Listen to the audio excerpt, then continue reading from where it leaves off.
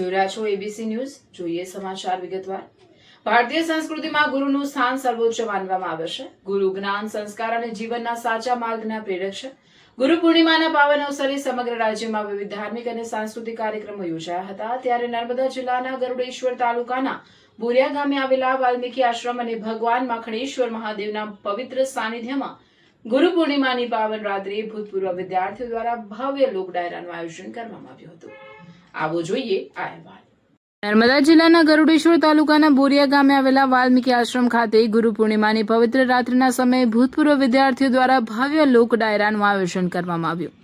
ભગવાન માખણેશ્વર મહાદેવના દિવ્ય સાનિધ્યમાં યોજાયેલા કાર્યક્રમમાં મોટી સંખ્યામાં ગ્રામજનો, પૂર્વ વિદ્યાર્થીઓ, મહેમાનો અને સંગીત રસિકોએ ઉત્સાહભેર હાજરી આપી હતી.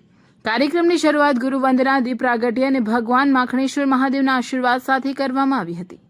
ત્યારબાદ લોકગાયક અરવિંદ વસાવા, ભૂમિકા વસાવા, વિનોદ વસાવા, મેહુલ વસાવા અને અંકિત વસાવાએ લોકગીતો, ભક્તિગીતો તથા આદિવાસી સંસ્કૃતિને ઉજાગર કરતા સુમધુર ગીતોની મનમોહક રજૂઆત કરી હતી. ભક્તિ અને લોક સંસ્કૃતિના સંગમ સમાન આ કાર્યક્રમમાં કલાકારોની રજૂઆતથી સમગ્ર વાતાવરણ ભક્તિમય બની ગયું હતું. રાત્રિના મનોહર માહોલમાં ઉપસ્થિત લોકોએ તાળીઓના ગડગડાટ સાથે કલાકારોને વધાવ્યા હતા અને લોક ડાયરાનો ભરપૂર આનંદ માણ્યો હતો.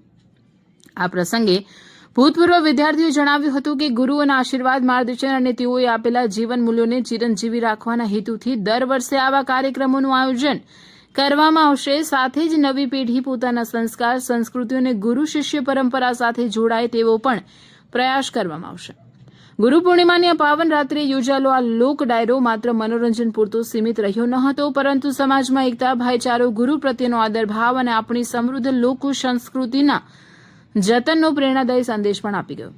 કાર્યક્રમના અંતે તમામ કલાકારો, મહેમાનો, આયોજન સમિતિના સભ્યો તેમજ ઉપસ્થિત સૌનો આભાર વ્યક્ત કરવામાં આવ્યો હતો. ભગવાન માખણેશ્વર મહાદેવના આશીર્વાદ અને ગુરુજનોની કૃપાથી સમગ્ર કાર્યક્રમ શાંતિપૂર્ણ, ભક્તિમય અને ઉત્સાહભર્યા વાતાવરણમાં સફળતાપૂર્વક સંપન્ન થયો હતો. રિપોર્ટર પ્રભાતસિંહ બારિયા, નર્મદા.